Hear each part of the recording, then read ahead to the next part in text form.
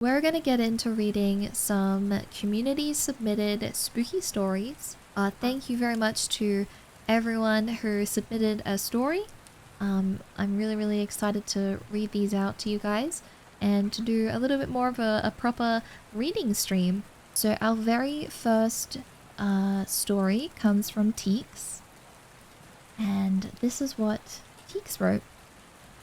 Back when I was in middle school, me and two other buddies decided to go visit a friend after school was out at 3 p.m. We were walking on this canal that follows the road and street towards our friend's house. Once we arrived, we hung out for a little over 2.5 hours. We decided to walk back home on the same canal. During the walk back, around 6 to 7 p.m., it was getting dark. One of my buddies that was standing closest to the canal saw a little girl walking in the canal, in the same direction as us. He looked again multiple times, yet no one was there. Once we got off the canal and back home, that's when he told us that he saw the little girl. We didn't think much of it until we searched it up, and it turns out there was a girl who sadly passed away there. That's freaky. That's really creepy. Has something like that ever happened to any of you guys? Okay. Our second story is from Anonymous.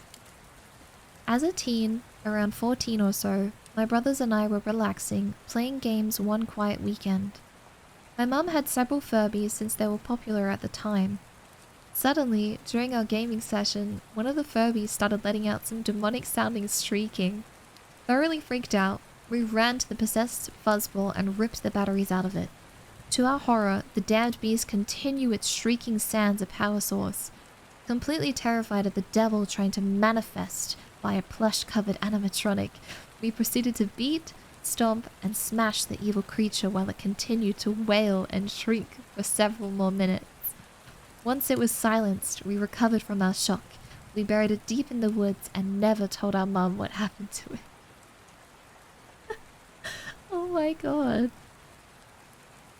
This one did make me laugh when I was when I was going through and putting them all in the document. Let's get into our next story, which is from ciri-vt. While the story I'm going to tell isn't the scariest, it does contain a bit of humor in it, and that is the horror I went through while writing my dissertation.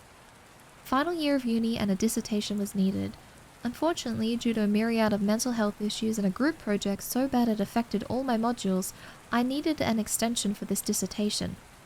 Flash forward to the final 3 days of the extension, where I thought I would set out on the final stretch to make sure this was done. I also decided not to sleep and power through it, with the help of caffeine of course. Now, what happens when you don't sleep for 3 days and have been hopped up on caffeine? Well, you start hearing and seeing stuff. It was 4 a.m. and I had just finished the second to last chapter. A rest was needed in order to prevent my hands from falling off. I rise from my chair and crash onto my bed and sit for a bit. The background video echoes from my monitor as I stare into the ceiling where shapes are already forming. Sleep deprivation is a mistress I have encountered several times during my course, so the shapes and people they conjure I'm already acquainted with. Plus, with my mind being consumed by the hell that is a dissertation, I couldn't care less. That's when it started. Slow mumbling would envelop the room. I didn't take notice at first since I mistook it for the video on my PC, but they started to get louder. It was like a horde dragging their feet towards me. I paused my video thinking that was the cause, but after a few seconds the horde resumed. They got louder and started screaming incoherently. After checking my Spotify wasn't playing, I realized my sleep deprivation got so bad I was hearing sounds. For a while, I couldn't identify what these noises could be. Since I was so out of it and them being essentially incoherent screams, nothing was coming to mind. It wasn't until the noises yelled out Sam that I realized what it was. Wait, is that the fucking zombie noises from COD Zombies? Yep, the noises produced by my sleep deprivation was from COD Zombies of all things. I had a brief nostalgia trip a week prior, and I guess my brain thought it would be funny for me to be haunted by the noises of the undead while I suffer my way through my dissertation. So for the rest of the morning until lunchtime, when it needed to be submitted, I was battling forming carpal tunnel, staring at the screen for way too long, and writing a dissertation I hated, and I just wanted things handed in at this point. I had the screaming of the undead from COD zombies of all things to accompany me while I finished that godforsaken dissertation, and man, I felt like a zombie after finishing it. Yeah, this wasn't exactly scary and I know it, but I thought this story was at least a bit spooky and funny to hear about, especially being on brand with zombies. Oh my god, has anyone... Alright, I know that some of you in here have awful sleep schedules, alright? Has anyone in here had something similar happen to them? Have you guys seen stuff when you've been deprived? Alright, let's go to the next story, which is by Anonymous. I live in a small town, which name sounds like a meme. We have very little out here except for a general store for beer and a library. After the second year of living here, I found out that we have a decommissioned graveyard in the middle of a field just outside town, with graves dating back to 1867, around the time the founders of the town settled. I decided to clean up the area a little to see all the graves. Around dusk one day, I felt like I was being watched with this pressure on my back. I don't believe in ghosts, but I do believe in demons, and ghost sightings are demons. With this in mind, I was terrified to the point of shaking in fear. My first thought was to run, but knowing in my mind what was there could be a supernatural being, I got on my knees and started praying for protection. As I was in the middle of the prayer, I felt a breath on my back and with closed eyes saw a flash of light and a face that looked like mine, but distorted to look dead. I prayed harder than before, not daring to open my eyes. After what felt like hours, suddenly the pressure was gone. Upon opening my eyes, it was still light out. I booked it home. That night I had a dream where I saw a gravestone that was pure white marble, which I took as the graveyard is safe. Never had an experience like that again. Ooh. There's nothing more awful than just having that feeling that someone is watching you, that someone's behind you. I've had that before and I don't like it. Our next story is also submitted by Anonymous. Me, my ex, let's call her Ashley, and her ex-roommate Chloe went out to what was supposed to be a weekend trip to the mountains. It was snowing, so on the way up we had to put chains on the tires. This is a California thing. I don't know where else they do this. As we were going up, we started noticing multiple cars and pickup trucks getting stuck in the snow. We kind of just played it off as city people underestimating how bad it get. But then when we got there, it was coming down pretty hard. I'd never seen snowfall, so I wasn't worried, but Ashley and Chloe were a little concerned. That worry turned to alarm when we woke up the next day and saw it had snowed over 90 centimeters overnight. It was unprecedented even for the locals. We ended up staying a full week because every 2 nights it would snow the same amount. Thankfully, we never lost heat, water, or power, but we didn't bring anywhere near enough supplies for a full week. The nearest grocery store was like a mile away, and I had to make the hike several times. All of this would have been fine for like a few days longer, but then the grocery store's roof collapsed from all the snow. It was bleak. We ended up having to get escorted out by the National Guard and couldn't go back for like a month. Genuinely traumatizing event. But even though that's not like paranormal, that's actually really scary. But just that feeling of being trapped there and like, you know, if you can't even get out in the snow, how can you expect people to come in and rescue you? Especially not having enough supplies. Goodness. Alright, this is another story by Anonymous. This happened to me on December 12th, 2013. I have a small section of woodland behind my parents' house. At the time, there was snow on the ground. I went out around 1 p.m. to check some animal traps I had down in the woodlands, because federal law requires frequent checks on traps. As I was leaving, I heard a very loud snapping sound, like a small tree being broken in half. I spun around, raising my dad's .22 rifle. What I saw was what I hoped was a man, approximately 6'9", wearing a fursuit, which honestly would have been stranger than the alternative, standing about 30 feet behind me. He apparently had been there the entire time I was checking my traps. I did not stick around to find out why they were there. Like, actual fursuits? Like a furry, or he was just like a furry man? Like what? How do you know it was a fursuit? Yeah. Our next story is from Groove the Spooks. Now this story may sound like complete bullshit, but let me tell you, this shit actually happened and I have no idea what it was. As far as I can remember, this was one of the only encounters like this that I have had. A few years back, I was visiting Birmingham for a convention. I was staying in this super old crappy hotel. When I settled in my room and unpacked my stuff, I laid down on the bed and was looking around the room. I was about to go to bed and I thought to myself, man, this is a really old hotel. There must be like ghosts or spirits in here for sure. So I got this really stupid idea. While laying down with my eyes still open, I said out loud, "If anything is in here, I allow you to possess me." And I completely emptied my mind of any doubts or thoughts and opened my mind to the idea that this actually might be possible. Almost immediately after that, I froze. My vision blurred and got darker. I was looking at the lamp on the ceiling, but I could hardly see the light. It felt like not the lamp, but my vision was flickering and darkening, as if there was some kind of black filter over my eyes. I swear to God, I could not move. I could barely think, and all I could see was the flickering. It felt so intense, and it felt like there was some kind of fight going on inside me that I could not control. It just felt like there was an insane amount of tension in my body, as if every muscle in my body was cramping up and I had to fight it somehow. It felt like an eternity, but I think in the end it only lasted for like a minute, but I had no idea how much time actually passed. It took every bit of focus I had, but eventually I got a thought formed which I just started repeating in my head. Get out, get out, get out, get out, get out. After a while of this, I suddenly jolted back in full control of my body. I was incredibly tired, like insanely tired. My eyes were watery and I was sweating profusely, breathing heavily, and my heart was racing. It didn't feel real.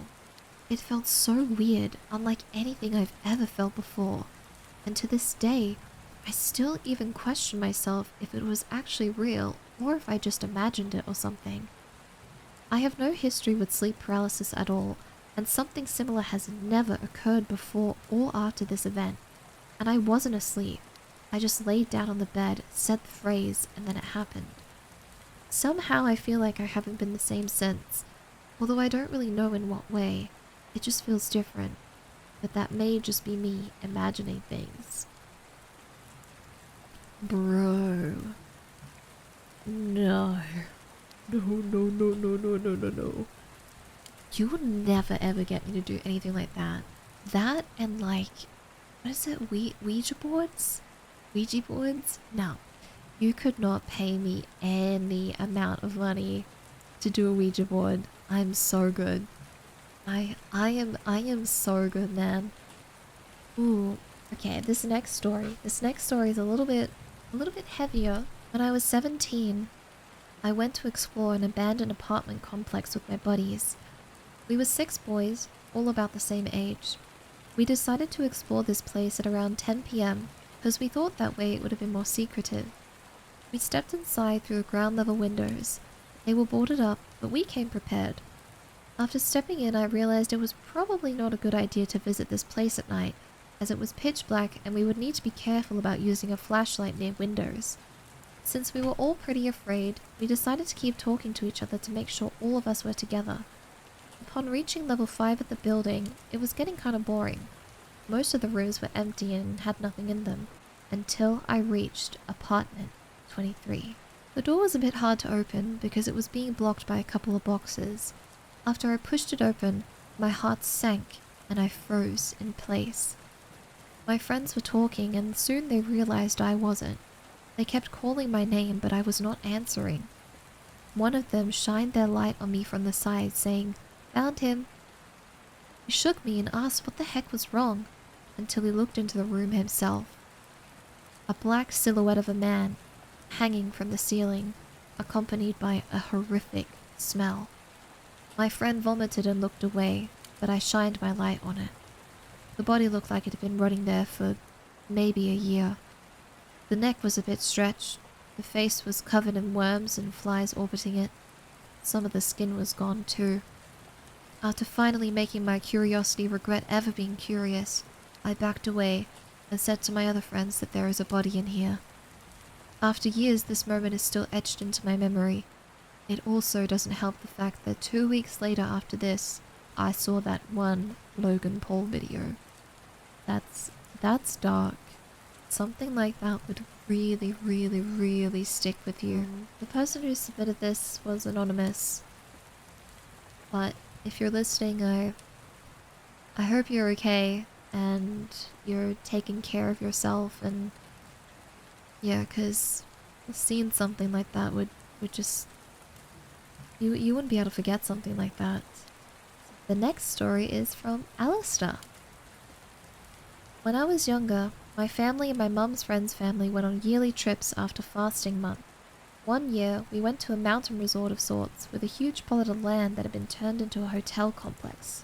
At night, I took a walk around the place with my mum's friend's son, leaving our respective younger sisters behind in our rooms, and after a couple of hours, we came by a set of swings, with something swinging on it.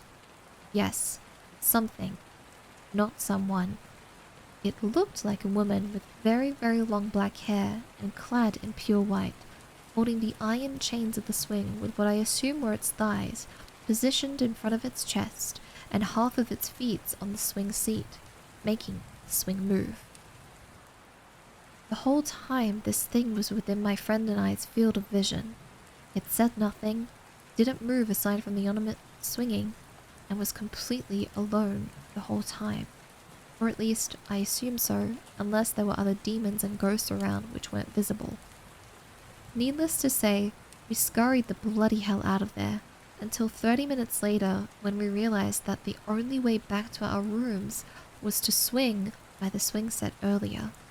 And so we did, and thankfully the thing from before was gone, except the swing was still moving. It was just swinging there, menacingly. And so we dashed with all our might and arrived safely to our rooms. I couldn't sleep that night. Every time we talk about this incident, we call it the swinger, and I know it sounds bad in English, but it doesn't sound that bad in our mother tongue. Some of you were perhaps judging us for leaving our sisters behind, but in hindsight, it feels like we made the right choice. We came back a couple of years later because we didn't tell our parents, and they dragged us back. We stayed in our rooms gambling this time. Wise choice, Alistair. Our next story comes from Borealis. I once dozed off while laying in bed one afternoon. I didn't quite fall asleep, but I got pretty close. I remember just being very comfortable when all of a sudden I heard my door, which wasn't fully closed, creak open slightly, which was unusual as it normally almost slams itself shut because of the way the house was built. Along with it, I heard someone approach me, and I could feel them leaning over me. It was an unmistakable feeling, the way the air and the sound shifted, like how you can tell when someone is walking behind you. At the time, I didn't think anything of it, assuming it was just my mum checking in on me. I assumed that she would call out to me if she needed anything important, but the presence left without a word. A couple of hours later, I asked my mum if she'd entered my room, but she told me she hadn't even been home. She asked my siblings who were home at the time, but they don't normally ever enter my room at all, and they each said they hadn't even left their own rooms. My mum and I decided to burn some sage sticks, and I never felt a presence like that since. To this day, I'm not 100% sure what that experience was, but I definitely have a bias. I still feel like I'm being watched when I'm in that room, a feeling I haven't had since going to college in a different state. Our next story is a short one. It's from Got and Daddy. There was one time I was going back home alone after a long night of studying. It was around 10 to 11 p.m. and I was waiting alone on the platform for the train. The platform was old, empty, and cold. I was standing there alone and playing on my phone, when suddenly I heard the sound of a moving train for 2 to 3 seconds, but when I looked up, the sound stopped and there was no train to be seen. I was so confused and looked around, and then went back to playing on my phone. After 30 minutes, the train arrived. The strange part is, I felt normal and went all the way back home like nothing had happened, and now as I'm typing this story, it's giving me goosebumps. Ghost train. Ghost train. Spooky. Our next story is from, oh my gosh, I'm probably gonna butcher this, He's Forsaken. When I was a kid, I saw something paranormal. I have no idea what it was or where it came from, but but it was always a black mass that occasionally chased me, originally in my dreams, and I'd always wake up before it killed me in the dream. I'd always have to suffer and watch it kill everyone around me that I held dear. This went on for a couple of months with these very terrifying nightmares. One day, it stopped. I didn't have these dreams for about 3 days, but then it happened. In my doorway, I saw the mass from my dreams in person. At first I thought I was seeing things until it moved. It moved so fast my eyes could barely track it going to the direction of my parents' room. Full of fear but not wanting my dreams to also become reality, I gave chase after it with a bamboo stick I had collected from a garage sale. When I saw it again, it was hovering over my mother, looking like it was going to crawl into her mouth. Just before I could strike, 2 more appeared. One shaped like a cowboy leaning against the wall, and one shaped like an animal of some sort. Like a wolf or a hyena is the best way I could describe. I was so terrified I felt my heart about to burst from the overwhelming terror. The animal-like one lunged at me, and out of instinct I swung at it, only for all but one to vanish. The cowboy, through all he did after I swung, was to look up and glare with a single glowing red eye before walking past me, uttering one garbled sentence before vanishing as well. Watch the skies. Watch the skies. To this day, I fear what it could have been, what's awaiting me in the sky. How did this all happen without anyone ever believing me what I saw, despite having a scar right at the base of my nose from the encounter itself that no one can explain how I got it? Ooh. Yeah, that does sound freaky, especially if you have, like, I guess, physical proof. You can't explain where something came from. Alright, this is our second last story, and it's from Spot. So I grew up in an old Swedish family, and the ancestral lineage on my father's side traces back centuries of Swedish history. Swedish midsummer is a big thing, and we would usually celebrate it with my father's side of the family. The key persons being my grandmother and her 3 older brothers, my uncles. My uncles were foresters and had houses in the countryside, one of which we gathered to celebrate midsummer. My grandmother, on the other hand, had moved to the cities in her 30s, so we would pick her up and then drive an hour or 2 into the forest to get my uncles. I didn't think much of it then, maybe because I was a kid, but on the way there, we had to stop because there was a moose laying on the road. I don't remember much, but I remember how it looked frail for a moose, and how it smelled like it must have eaten rotten apples for months. It stood up, looked at my grandmother, and walked into foliage, disappearing. Like I said, I don't remember much as I was young, but I will never forget the look on Granny's face. Pale and shaken. She didn't say much the rest of the trip, just stared into the ocean of endless trees. Even now, years later, when I would ask my father about that moose, all he would say was that there must have been something severely wrong with it. And when I asked about the heated argument he and my grandmother had once we arrived at our destination, he would just say that Grandma moved for a reason, and that it was stressful for her to come back there, but she did it for the family. After my uncles greeted us, the mood lightened. They were proper men, hard with hands made of stone, but kind, with smiles that shone like the sun, also quite healthy for their age. God rest their souls. We celebrated with friends and family, and it was a really good time until nightfall. When everyone started going to bed, I walked upstairs that night, exploring their house. Outside of the master bedroom, I overheard a discussion of what I could make out was between my oldest uncle and my grandmother. She was waffling frantically. Something about rot in the woods and a Marianne. I had never heard that name before, but I assumed it was something related to my uncle's work. Curious as I was, I walked past their room looking for something to play with. I found a weird bundle of sticks, stick-looking things bundled on a desk under an old wooden clock. As I reached out for it, looking to inspect it further, the clock rang. Turns out it was one of those clocks you see in cartoons, with a bird popping out making a loud noise. The bloody thing almost scared me to tears, only for my uncle to burst out of the room behind me and actually scare me to tears. I had never heard him shout before, let alone seen him angry. I was pulled down the stairs and put to bed. We were supposed to stay a couple more days, but the day after we were having the classic Swedish fika when suddenly the coffee kettle fell over, scalding my entire arm as I was playing beside the table. Needless to say, we left in a hurry and I had to wear a cast bandage for the rest of the summer. The following years my uncle's luck soured. They had to sell the property as my 2 younger uncles fell ill and soon passed. We went to see the oldest, but he was a ghost of who he used to be at that point. He would mumble to my dad about how they had lost the favor of the land or something like that. A year later, he passed as well. I don't know why, but I always had an uncanny feeling whenever I think about these memories. Perhaps the scariest part was how we lived too far away to really be there for my father's side of the family when they needed us. I know that is at least one of my father's biggest regrets. Wow. Maybe there's something haunted in the woods. Some ritual stuff kind of going on. Kind of like in that movie, The Ritual. That was quite haunting as far. Thank you for sharing that one. Okay. Lucky last story, submitted by Fluffy. One summer night, a group of friends and I decided to go camping in the woods.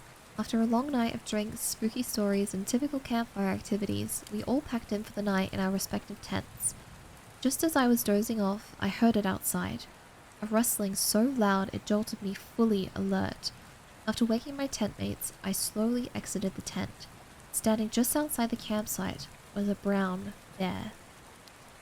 Now myself and one of my friends who was sober had to corral a group of tired and drunk idiots to our car, which was of course in the same general direction as the bear. Our group stumbles its way up to the path. My eyes are locked on the bear. With every step taken, my heart skips a beat, hoping it doesn't notice. This walk that felt like nothing when we arrived felt like an eternity on the way out. We managed to make it to the car, and just as we started it, I watched the bear turn towards us. My friend reversed out of our spot and pointed us towards the road. The bear approached and started picking up speed. Luckily, just before it hit its stride, we drove off to safety. There was a motel we passed near the campsite, so we decided to just stay the night there. For most of my friends, this is where the story ends, but it's never that easy for me. After we got to our rooms, the driver decided to go to a gas station for some snacks and supplies, since we had to leave our stuff at the camp. Shortly after they left, I got a call from my girlfriend at the time, the same girlfriend who blew up on me when I told her I was going camping and hadn't talked to me for 2 days at this point. I answer the phone and hear her panicking whisper to me that she's in a tree near our campsite and I need to save her. So, it turns out she had tracked my phone, convinced I was going to cheat or something. She parked her car off the path, away from our campsite, and upon watching us drive away, she saw the bear, freaked out, and climbed a tree. This is where I had to make a choice. Wait 40 minutes for the car to come back, hike like a mile back through the bear-infested woods to save her, or to leave her ass out there. Being more brave than I was patient, I grabbed a flashlight and made my way back through the woods. I was so on edge that every little sound on my way there was a goosebump inducing. But I was a man on a mission, so I trekked the whole way to the campsite, which had been ransacked. I then had to look around the surrounding area without making too much noise because I didn't want to attract attention. Luckily, I located the girlfriend and was able to get her down the tree and through the woods to her car without further incident. I think the moral of the story is if you can't trust your partner, you're liable to be chased up a tree by a bear. Oh my god, of course that would happen to you, Fluffy. Of course that would happen to you. We have one more story. I lied. We have one more.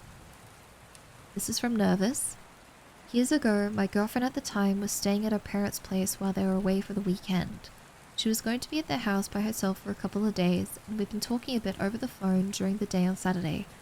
All of a sudden, I get a call from her probably at 7 or 8 p.m. on the Saturday night, and I'm thinking she's just checking in because she's bored. I pick up the phone and she's crying, hyperventilating and freaking out, so I tell her to breathe and tell me what happened.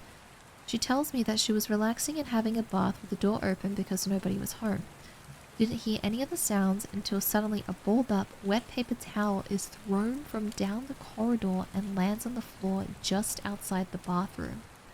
She didn't call out because she was too afraid of who or what might have been in the house, but she quickly got out of the bath, dried and got dressed, grabbing something nearby as a weapon just in case, and went around the house turning on every light. She checked every room of the house but didn't see anyone, didn't hear anything, and didn't see a single thing out of place, just the wet paper towel in the corridor outside the bathroom. She didn't call the police because there were no other signs that anyone had been in the house, and she didn't know what to tell them about a wet paper towel, but she did call her grandma, who had always been very superstitious. All her grandma said was that she needed to do two things immediately: go straight to her room, shut the door and not open it for the rest of the night, and put a portrait of Jesus that she'd given her as a gift a few years prior above the door. So that's exactly what she did. Nothing else happened for the rest of the night, and the next morning the paper towel was still sitting in the corridor because she'd been too afraid to touch it. She threw it out and never had any more issues after that. She always kept the portrait of Jesus above the door in her room at her parents' place. I'd prove myself. A freaking, random paper towel just being thrown. Ooh.